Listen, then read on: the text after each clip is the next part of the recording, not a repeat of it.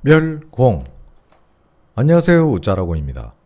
이번 캄보디아 사건, 솔직히 제가 앞전에도 한번 다뤘었지만 너무 이상하지 않나요?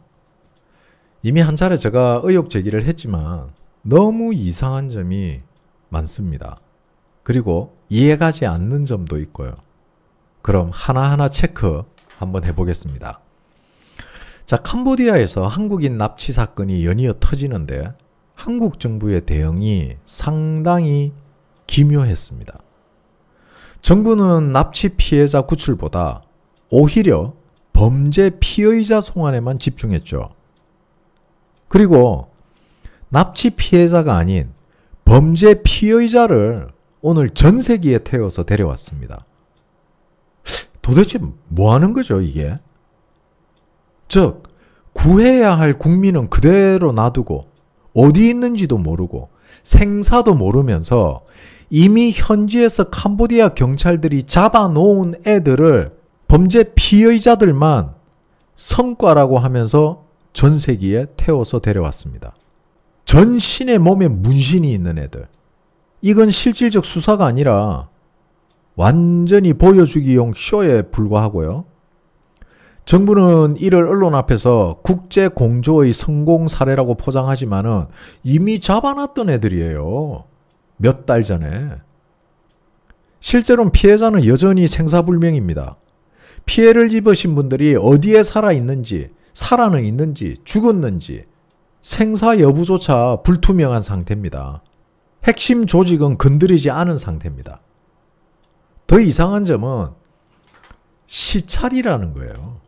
왜 시찰을 가죠? 이런 일이 생기면 경찰부터 먼저 파견하는 게 아닙니까?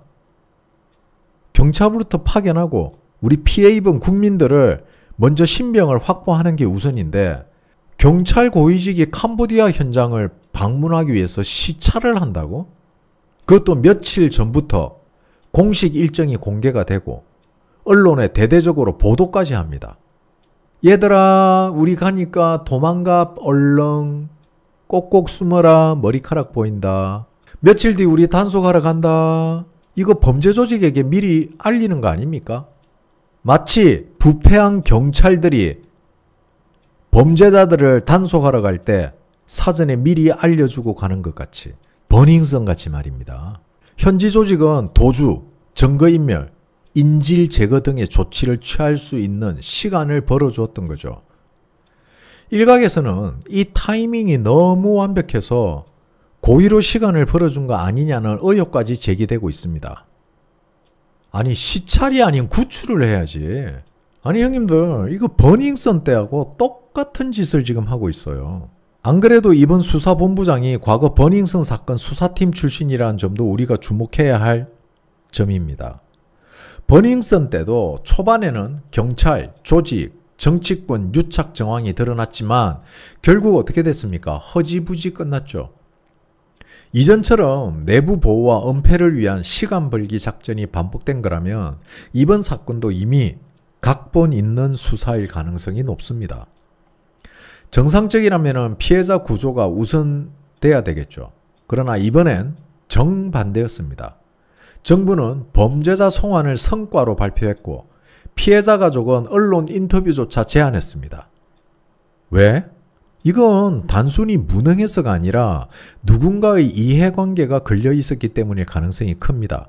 즉, 사건을 해결하려는 게 아니라 사건이 더 커지지 않도록 관리하는 느낌이죠.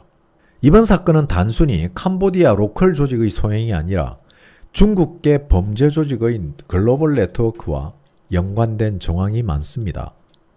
캄보디아, 라오스, 미얀마 등 동남아의 온라인 카지노와 투자 사기, 인신매매 조직들은 대부분 중국 본토 자금으로 움직이고 중국 범죄 조직이 연루되어 있다는 겁니다. 이들이 한국인 브로커를 앞세워 돈 세탁과 환치기를 해왔죠. 그렇다면 만약 한국 수사당국이 이 사건을 끝까지 추적한다면 중국 자본의 실체와 그와 연계된 한국 정치권 인맥까지 드러날 위험이 있습니다. 그래서 오히려 사건을 축소시키려는 움직임이 나왔다는 겁니다. 결정적으로 한국 경찰은 이미 중국 공안과 MOU를 맺고 있습니다. 이 협약에는 양국 공조, 범죄인 인도, 정보 공유 조항이 포함되어 있죠. 문제는 이게 상호 협력이 아니라 중국이 더 많은 정보 접근권을 가지는 불균형 구조라는 겁니다. 따라서 한국 경찰이 중국계 조직이 연루된 사건을 건드리면 즉시 중국 공안의 통제권 아래 들어가게 됩니다. 결국 한국 경찰은 중국계 조직 사건에서는 눈치를 볼 수밖에 없는 구조적 한계를 가진 셈이죠. 이 때문에 피해자 구조는 미루고 중국 조직의 체면을 지키는 방향으로만 사건이 흘렀다는 분석이 나옵니다.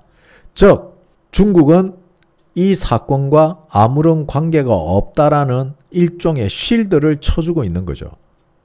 결과적으로 이번 사건은 국민 보호라는 국가의 본질적 기능이 완전히 무너진 사례로 보입니다. 피해자는 구하지 못하고 이미 잡혀있던 피의자만 데려왔으며 중국 조직은 건드리지도 못했습니다. 이재명 정부는 성과 브리핑으로 포장했지만 그건 외교적 리스크를 피하고 중국과의 경찰과 공안 MOU를 유지하기 위한 정치적 연출에 불과했던 겁니다. 이번 캄보디아 사건은 단순한 범죄 이슈가 아닙니다. 그 이면에는 중국계 자본 네트워크와 한국 경찰 내부의 구조적 종속, 그리고 정치권의 중국 눈치 보기, 그리고 중국 범죄 조직과 한국 정치권의 커넥션, 이 네 가지가 겹쳐 있습니다.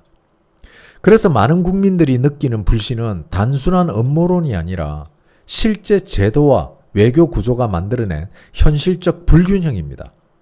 요약하자면 국민은 버렸고 중국의 체면만 지켰다. 이것이 이번 캄보디아 사건의 본질이 되어버린 거죠. 멸공.